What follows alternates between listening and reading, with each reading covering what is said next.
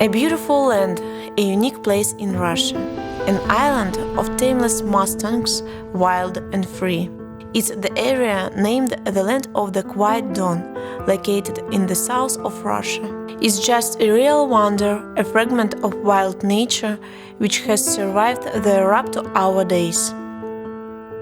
I could never expect that I should be related to the destiny of not only those beautiful animals, but also people who reside close to the island of horses. I once paid attention to a magazine article which narrated about an amazing place in Russia, where wild horses have survived up to now.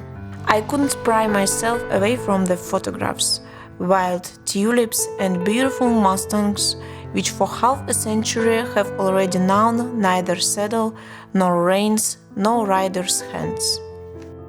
I also found out about one of the problems of the nature reserve, absence of drinking water. It turned out that on the island of horses water is only available in a lake, but it's bitter and salty.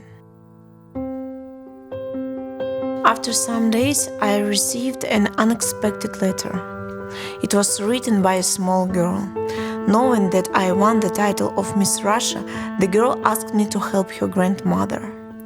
The wells in the settlement where the girl lived with her grandmother dried up, and it was difficult for grandmother to carry water, and the horses on the island are also suffered from drinking water shortage.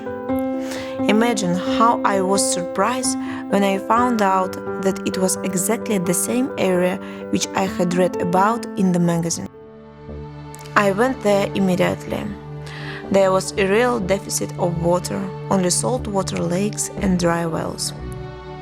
Workers of the natural reserve delivered potable water there, but it was tragically scarce. It was also scarce for the residents of the nearest village, from which I received the letter with SOS mark. I remember that I cried when I learned about the tragedy of the island, which happened in 2010. The horses simply trod out the pasturing grass, and during a cold winter, due to hunger and the lack of drinking water, almost half of the herd perished. I also met alive the small girl and her grandmother and saw with my own eyes how tough it was for elderly people without water supply. I realized that it was necessary to tell the story of water deficit to everyone, to say that together we can improve the situation. We started to write letters addressing public about the problem, approach local authorities, volunteers and businessmen for assistance. And after some time our involvement had positive results.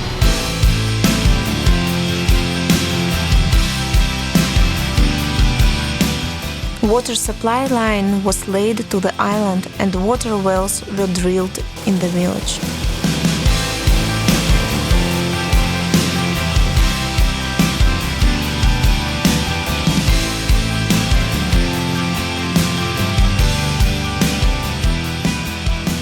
So it turns out that famous Russian writer Fyodor Dostoevsky was quite right.